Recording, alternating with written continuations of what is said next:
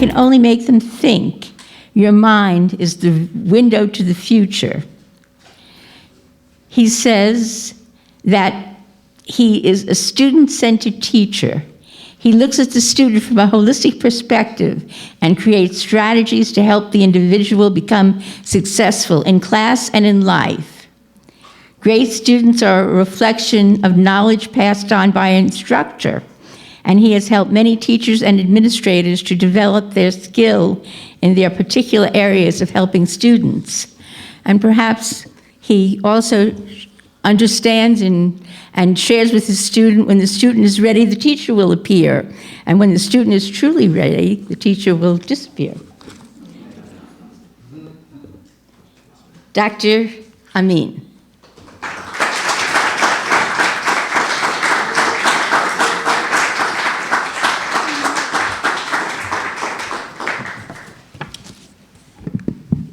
Good morning, everyone. I'd like to first dedicate this sermon to all of the amazing women and the men who dare to contemplate on the greatness that they bring to humanity. Once upon a time, a perfect man and a perfect woman met. After a perfect courtship, they had a perfect wedding. Their life together was, of course, perfect.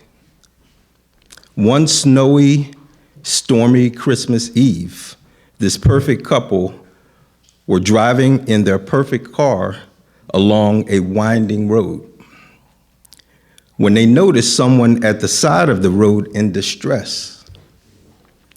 Being the perfect couple, they stopped to help.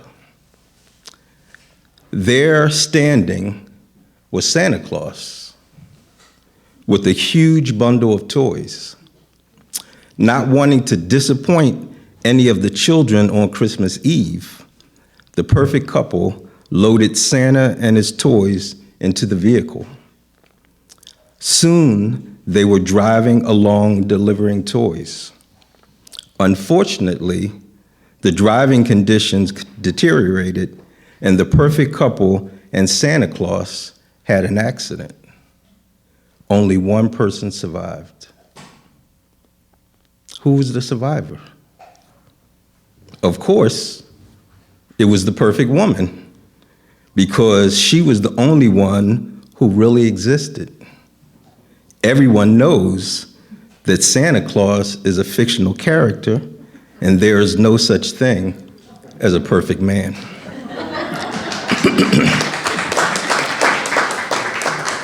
In Proverbs 31:26, it states, "Her mouth is full of wisdom, kindly teaching is on her tongue." I'm an avid reader. From a very early age, I often wondered why all of the heroes and protagonists I read about or heard in religious circles were always men. It baffled me.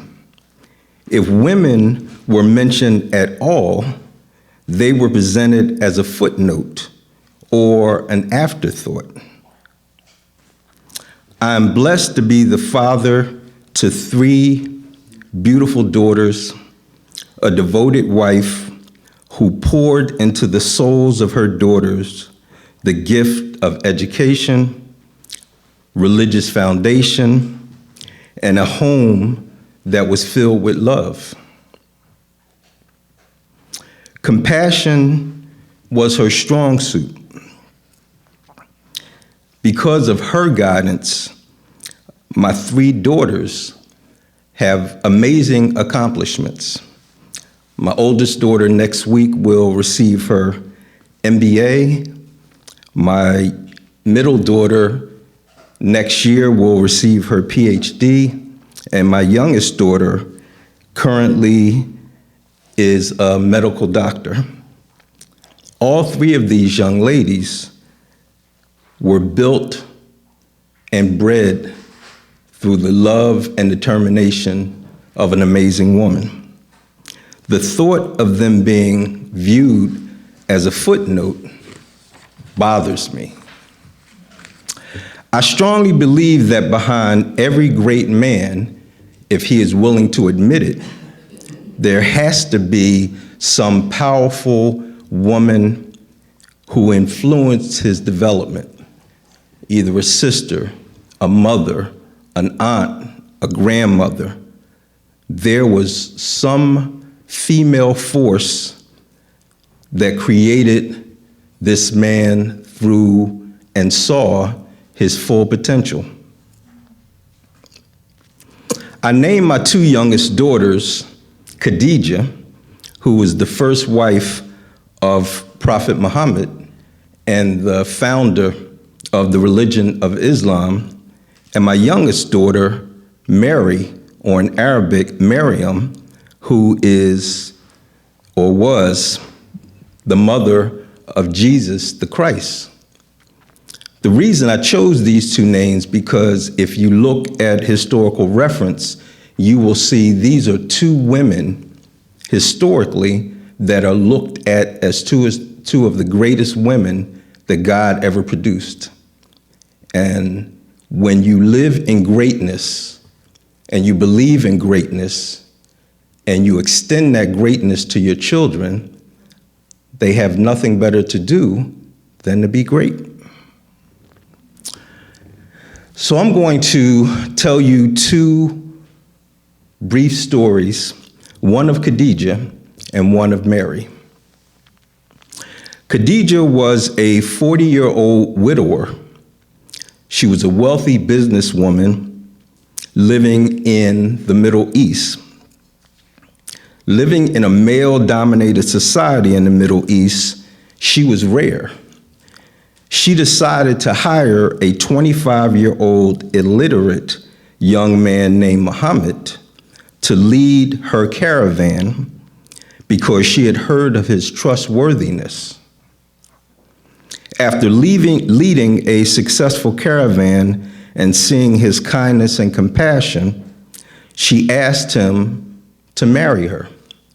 That was a taboo back then. Some people think it's a taboo today. This was unheard of in the Middle East in the 17th century.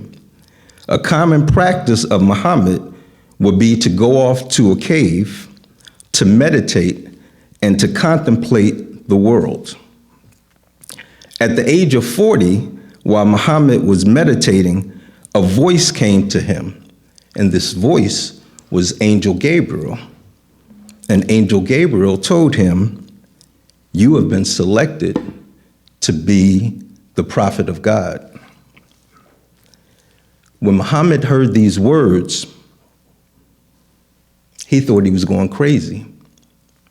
He started to shake, and he left the cave, and he walked back home. And of course, when he walked back home, the person that he sought was his amazing wife, Khadijah. He told Khadijah, "I've heard a voice. I think I'm going mad." Khadijah kindly walked over to her husband, embraced him, put a blanket over him, and said, "You are not going crazy. You have been chosen by God to be a prophet. Of course God chose you. You're my husband, and I know you, and I know your greatness, and I will be the first person to convert to this new religion." After her death, Muhammad said about his wife Khadijah, "She believed in me when no one else did.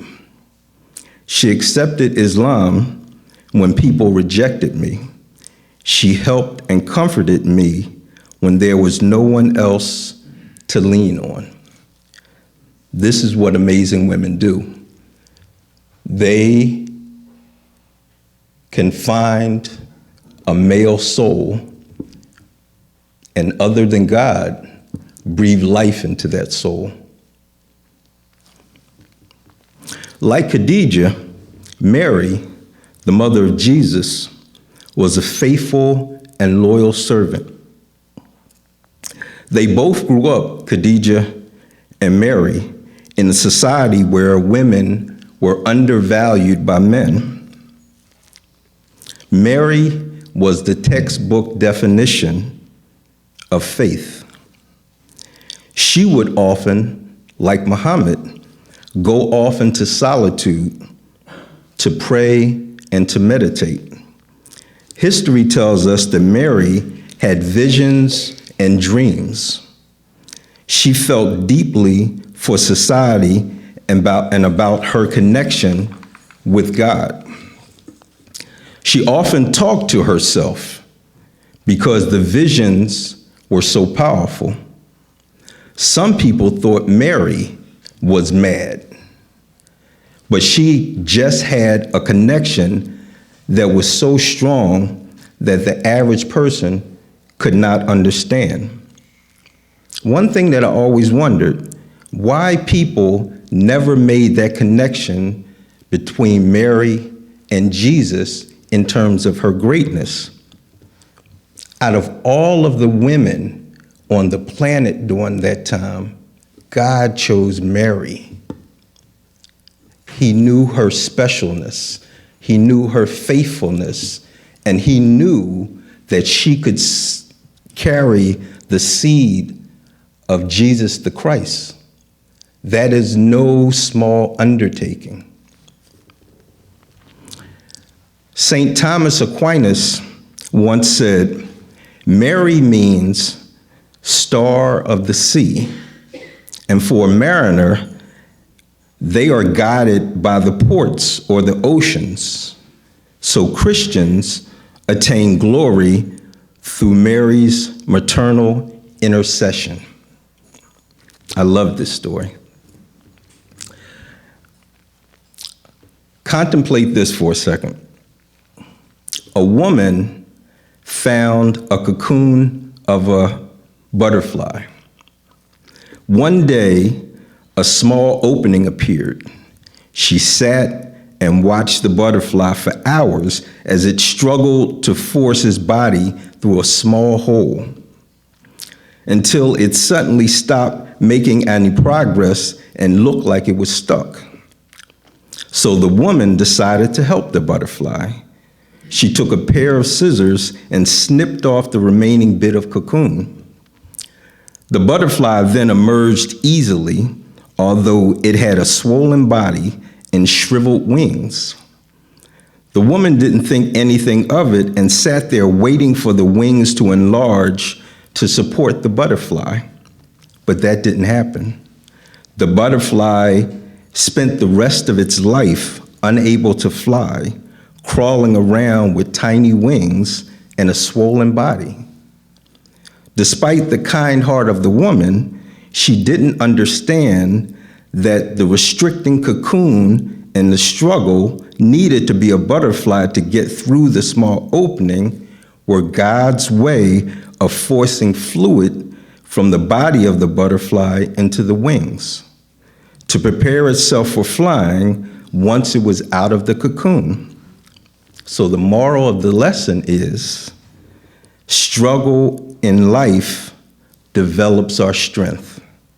Without struggle, we never grow and we never get stronger.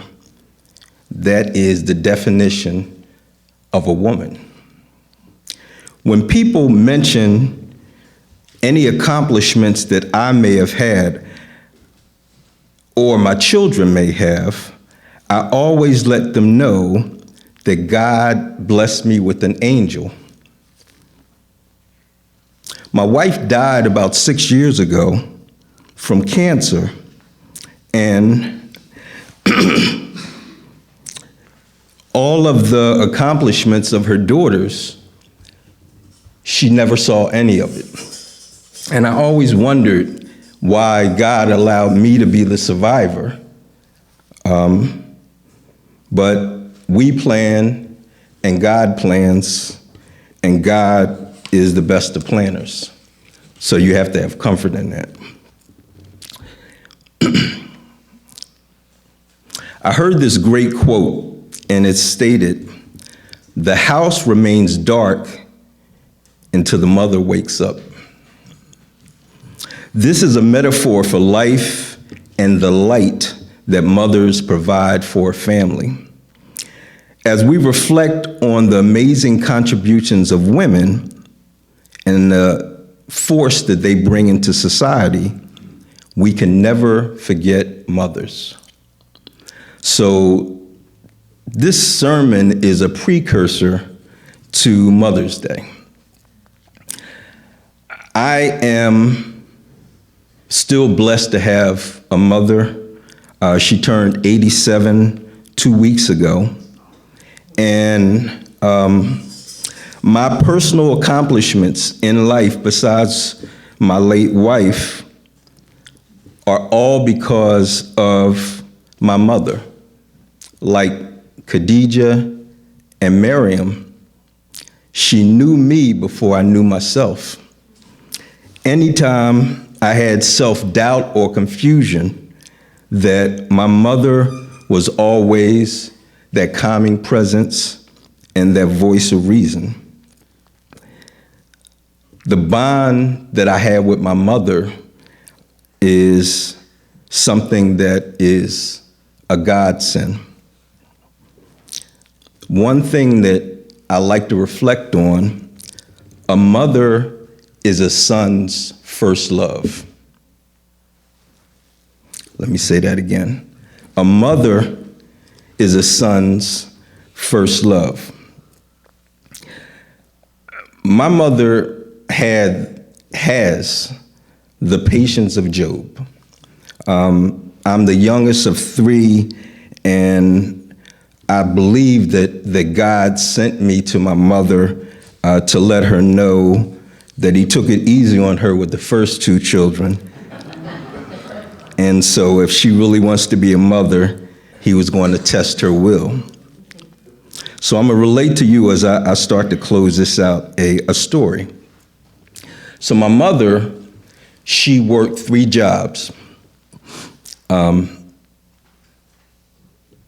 So my brother and my sister and I would be in the house often by ourselves. Because I was the problem child, I used to always pick on my brother. He's about 1.5 years older than me. So one day he just got fed up, and he grabbed me and he pushed me down, and it hurt. So I had the brilliant idea of picking up a sneaker and throwing it at him. Of course, he ran around the house. I had the sneaker in my hand, and I threw it. He ducked, and I had poor aim, and it hit a chandelier, my mother's prize chandelier, downstairs. And this chandelier was made out of marbles. The sneaker hit the chandelier, and the marbles shattered and were all on the floor. So my brother and I panicked. My mother was still at work, so we had a little time. So we had the brilliant idea of finding some Elmer's glue to glue the marbles back in place. So if that idea wasn't brilliant enough, we found out we couldn't find the Elmer's glue, so we had to get Scotch tape. So we Scotch taped the entire ball together and quickly went to bed.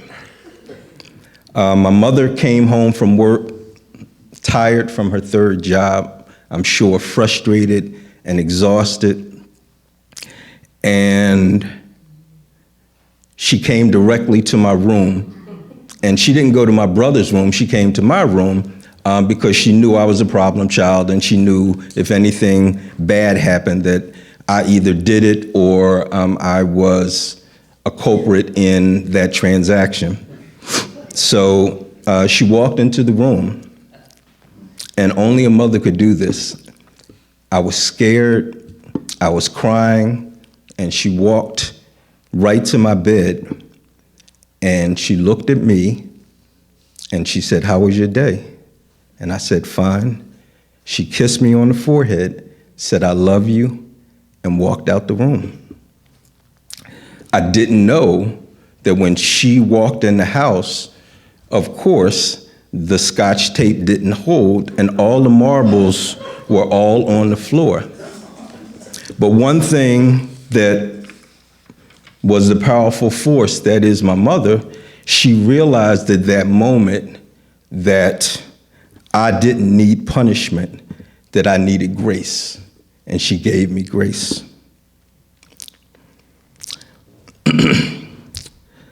In Proverbs 31:31, it states, "Honor her for all that her hands have done, and let her works bring her praise of the city's gate."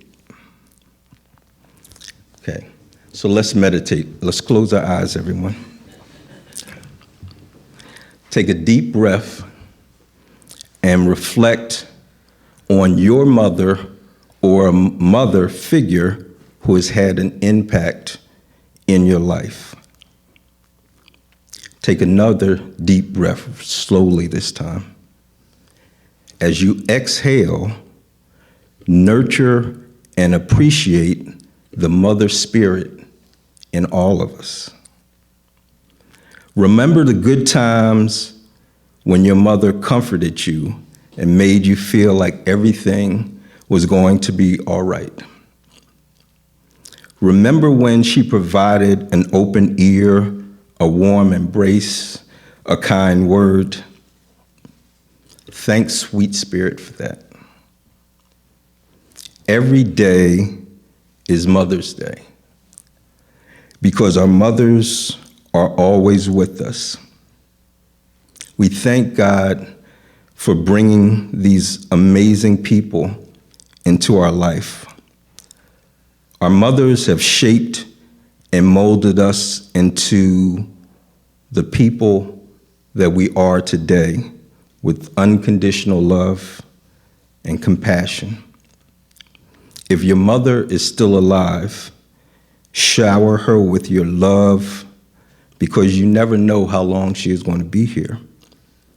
If your mother is no longer with us in an earthly body, know that she always sees you.